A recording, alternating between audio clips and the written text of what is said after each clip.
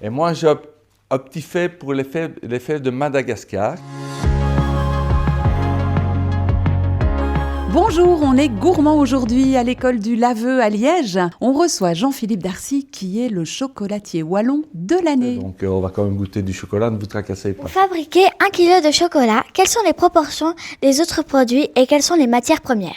Waouh, là on commence fort. Alors ça dépend déjà quel type de chocolat, si on veut faire un chocolat au lait, un chocolat noir ou un chocolat blanc. Mais dans le chocolat noir, pour 1 kg de chocolat, ça va dépendre évidemment du pourcentage de cacao que tu as dans ton chocolat.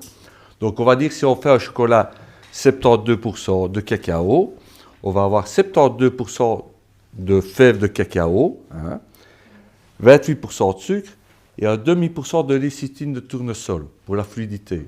Voilà, simplement. C'est pas très compliqué comme recette, tu vois. C'est du chocolat, du cacao, du sucre et un peu de lécithine. Si on veut mettre de la lécithine qui sert à rendre le chocolat un peu plus liquide pour avoir plus facile à le travailler. Quel producteur de votre région contactez-vous pour fabriquer vos produits? Alors, dans le chocolat, c'est essentiellement les crèmes, les noisettes, parce que c'est vrai que dans les pralines, on met quand même beaucoup de crème fraîche dans les ganaches. Dans les pralinés, on utilise pas mal de fruits secs. Et on a la chance en Belgique d'avoir des noisettes. Peu de gens le savent parce que les noisettes viennent souvent d'Italie ou de Turquie. Mais du côté de Namur, à Sarcelles-Laurent, il y a un producteur de noisettes qui est installé depuis pas très longtemps. Et on a la chance d'avoir des noisettes belges maintenant. Donc on essaye un maximum de travailler avec des noisettes qui viennent de Belgique. Évidemment, le sucre est aussi belge. On a de la chance d'avoir des sucreries en Belgique.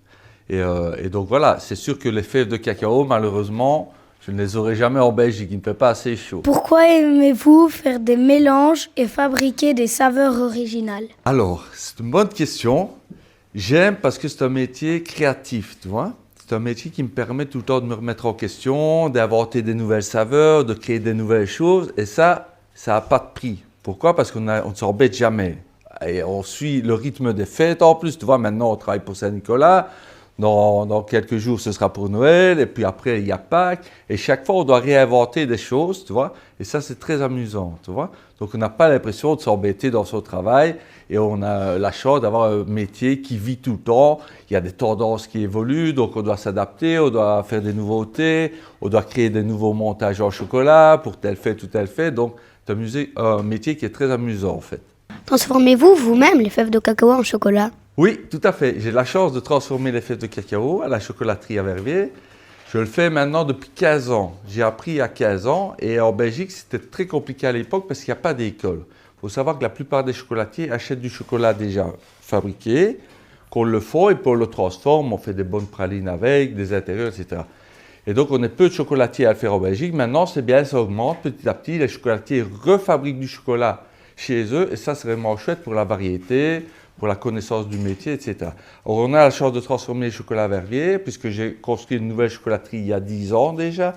Et là, on a vraiment fait un atelier avec le torréfacteur, le casse-cacao tarare, qui vraiment enlève l'écorce, et puis les conches pour pouvoir raffiner le chocolat, le broyer, et pouvoir faire les mélanges avec le sucre et la lécithine.